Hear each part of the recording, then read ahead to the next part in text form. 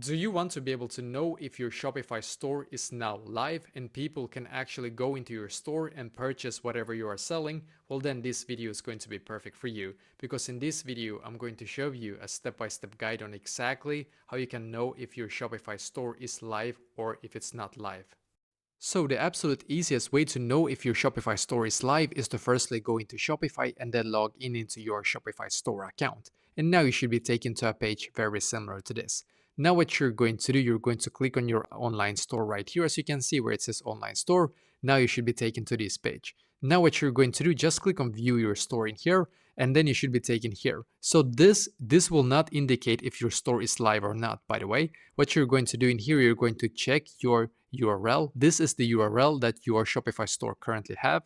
So just copy it, then open up your like a new window, but incognito. As you can see, open it up in incognito is very important, and then just paste that URL that you just copied. Because as you can see, for me, it says like this, opening soon. And this is basically just a password page. So you can click where it says enter using a password, but my store is basically not live. So what I need to do to be able to make it live is that I need to firstly close this one right here. And then what I'm going to do, I'm going to go back to this page right here. So go back into your home page right here. And then you're going to firstly click once again on online store right here. Then you're going to click on preferences. So click on preferences and then this first one right here. So as you can see where it says restrict access to visitor with the password, you need to disable this one and then click on save.